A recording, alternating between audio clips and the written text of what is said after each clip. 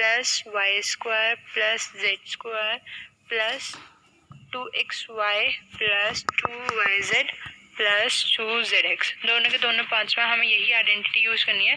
So first part में अगर हम देखें तो फर्स्ट पार्ट हमें क्या दे रखा है, 4x square plus 9y square plus 16z square plus 12xy plus 24yz plus 16 okay minus 16, यहाँ पे भी माइनस है हमारे पास, माइनस 16xz। सो हमें इसको अगर सॉल्व करें तो 4x स्क्वायर को हम लिख सकते हैं 2x होल स्क्वायर और 9y स्क्वायर को हम लिख सकते हैं यहाँ पर 9 3y whole square and 16z square को हम लिख सकते हैं प्लस माइनस और 4z होल स्क्वायर। अब यहाँ पे मैंने माइनस किस लिए लिया वो मैं आगे बताती हूँ। प्लस अब 12xy इसको हम लिख सकते हैं 2 इंटू 2x इंटू 3y। सो यहाँ पे हो जाएगा 2 2 4 and 4 3 12xy okay. Then plus अब यहाँ पे है 24 हमारे पास। 24 को हम किस तरीके से थोड़ा सिंपल फॉर्म में लिख सकते हैं as 2 into 3y into 4z। अब इसको अगर हम मल्टीप्लाई करें 2 3 6 एंड 6 4 24। अब हमारे को माइनस साइन भी चाहिए। यहाँ पे अगर मैं माइनस 4z दूँ क्योंकि मैंने यहाँ पे माइनस 4z दिया, अगर मैं इसका स्क्वायर करती हूँ माइनस 4z का स्क्वायर करती हूँ तो मेरे पास आएगा तो 16z स्क्वायर। लेकिन जब मैं आगे अगर देखूँ तो यहाँ पर भी मुझे माइनस चाहिए और यहाँ पे भी माइनस चाहिए। अब मेरे पास y z के साथ कहीं पे माइनस हो सकता है राइट, यहाँ पर भी x z के साथ कहीं पे माइनस हो सकता है। तो दोनों में कॉमन चीज़ है, हमारे पास z वाली वैल्यू है। सो हमने इसलिए यहाँ पे z के साथ माइनस ले लिया। ठीक है, अब नेक्स्ट है प्लस 16xz माइनस और 16xz। सो यहाँ पे हम लेंगे 2 into minus 4z into 2x। So this will be 2 into 4 that is 8 and 8 2 16xz वो भी माइनस का। तो इस वजह से हमने ये वाली माइनस लिया था, माइनस 4z मैंने लिया था। यहाँ पे मैंने बोला था मैं बाद में समझाऊंगी और मैंने समझा दिया ओके।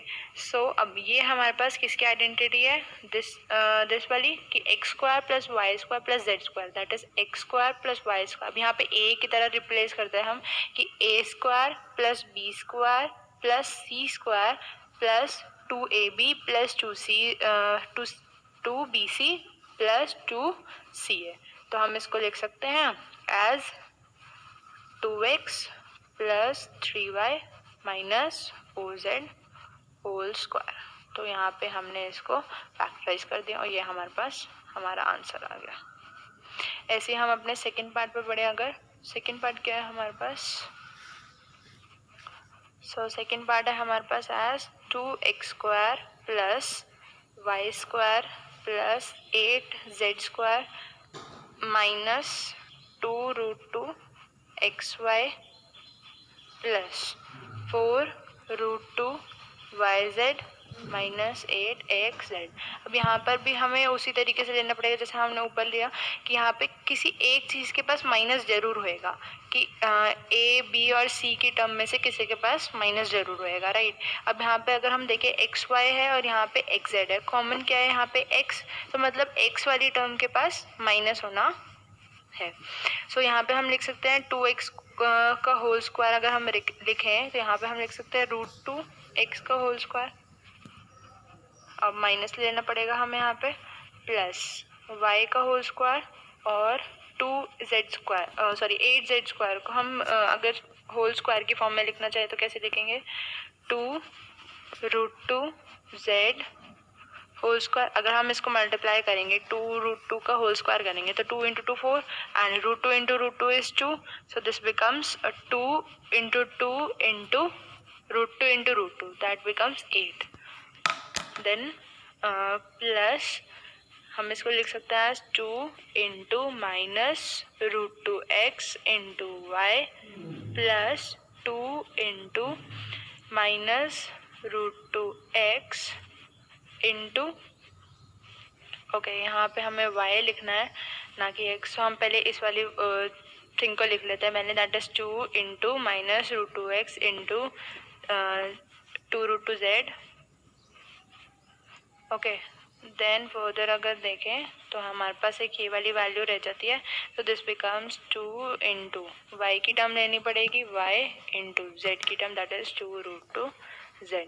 सो यहाँ पे हमारे पास आंसर आ जाएगा। अब हमने लिया था a² plus b² plus c² plus 2 into A into B plus 2 into B into C plus 2 into C into A.